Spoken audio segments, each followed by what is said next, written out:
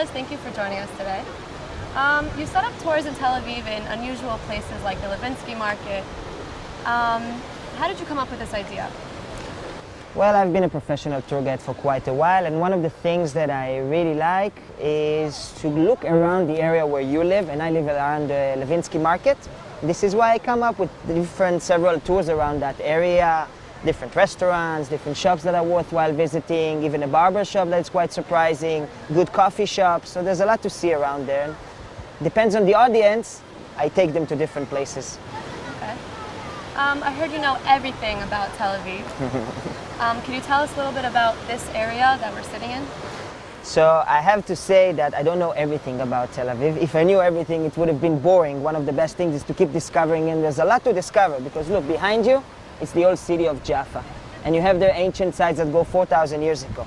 And when you stand up there at the top of the mountain, you look over here and what you can see is the skyline of Tel Aviv. So there's like a huge gap of 4,000 years of history in one, small territory. It's not that big. If you compare Tel Aviv, Jaffa to New York, for example, the whole state of Israel is smaller than New Jersey. Yeah, for sure. So there's a lot of places to see in all of this area. For example, the Levinsky Market, we mentioned that before, and the whole Florentine neighborhood. Yep. Next to it, you have Rothschild Boulevard with the Hall of Independence where the State of Israel was declared. And if you keep on going along the boulevard, you can see a lot of the Bauhaus architecture. So UNESCO declared it as a World Heritage Site. So a lot of people, you can just walk through Boulevard, the Rothschild Boulevard, and just see a lot of beautiful architecture. And then there's a lot of different museums, like the Palmach Museum, if you want to get connected a little bit to the history, and the Haganah Museum, which is very close to where we are right now. And it depends what you really like to do, because most people, when they come to Tel Aviv, they pretty much come to party. They would like to explore the different restaurants and different clubs that exist around here. There's a little bit of everything in the city, the nightlife, the history. Yeah. And the beach, sometimes there's good surf. We can also come and surf over here. The beach is always beautiful, usually clean even. So what's the most surprising location that you took your tour to? So a few months ago, I wanted to discover a new place. So I decided to get lost around the neighborhood of Florentine. So I looked, and if I knew the streets, I would go to the other direction. And all of a sudden, I found this American colony, which apparently was the first neighborhood outside of Jaffa. And it belonged to this group of American people, Christian American people, that decided that they have to prepare the land for the Jews to come, so that way the Messiah is going to arrive. And they came here and they worked here for a few years. They didn't survive very long. Afterwards, they sold the property to the German people who were here, and they have to leave after the Second World War. But it's a really surprising place where the Christian Messianic community lives today in Tel Aviv. And it's the first neighborhood outside of the walls, and the architecture around and the church over there. For me, it was like a huge surprise to see American architecture in the middle of Tel Aviv, surrounded by Florentine area, which you probably know. It's you just stumbled upon that by walking the other direction? Yeah, I stumbled upon that. I stumbled upon many things, but that was the most surprising thing. And it was just amazing to find this little piece of history that most people don't really know that it exists just around the corner. It's a beautiful thing about the city. Yeah. What is your personal favorite in the city?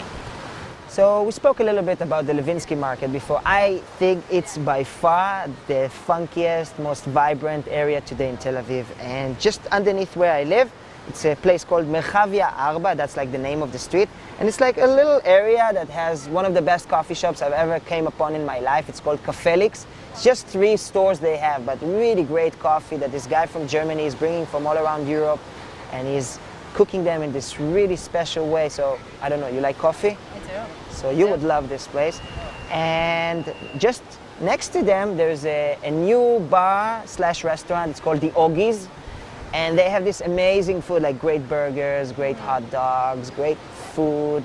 French fries, the best I've ever had in my life, and good alcohol, and not that expensive. And I just like the combination between them both. There's good graffitis on the walls. And after you finished eating and drinking your coffee, you can just stroll around the Levinsky Market, see all the fruits and vegetables. There's a deli over there that was established in 1947 in Turkey. Yeah. And then when the guy who established it, Yom Tov Levi, he migrated to Israel. He re-established it here in the Levinsky Market, and then in front of him another one opened a deli. But if you go to the original one, Yom Tov, it's amazing. So many different olives and cheese and ham, and sounds amazing. So sounds like good. You love food.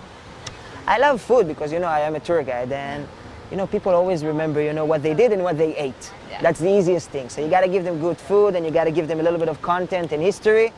And it's good to be a little bit thought-provoker, because Israel is a lot about not just traveling, but also use your mind, because there's a lot of interesting history around here.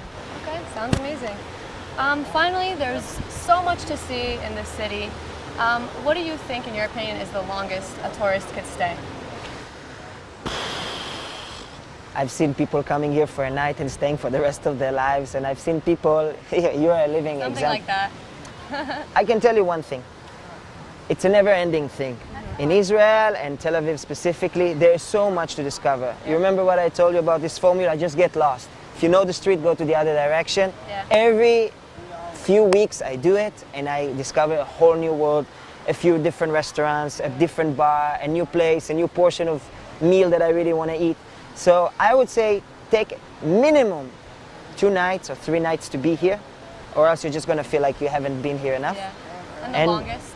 And the longest, try to stay here even like 5 days, because there's a lot to see, and Tel Aviv is a good exit point. You know, if you want to go to the Dead Sea, you can surf here in the morning, get out of the water an hour and a half, you're already at the Dead Sea floating. Really? Yeah, if there's no traffic, and traffic happens sometimes, so consult with the locals. But you go up to Jerusalem 1 hour, you go to Haifa, you go to Caesarea, all of those attractive destinations that Israel has to offer. From Tel Aviv, you can get to them quite easily. Like today, I'm traveling all the way up north. What is going to take me 2 hours? I think a month is even too short to stay in this city. Well, if you can, I always recommend, at least when it's your first time traveling, and we're talking to young audience right now, I recommend to take 3 to 6 months to travel. And Israel, for example, has the Israel Trail, where you can go all the way from up north, all the way down south. And it takes 2 months if you hike it. But I recommend taking your time and really explore the places. So if you have between 2 to 6 months to spend, Israel is by far the best destination to do it. All right. Sounds like you know a lot about food. What do you recommend we go eat right now? You should go to Sarona Market. Sarona Market? Yeah. Okay, let's go.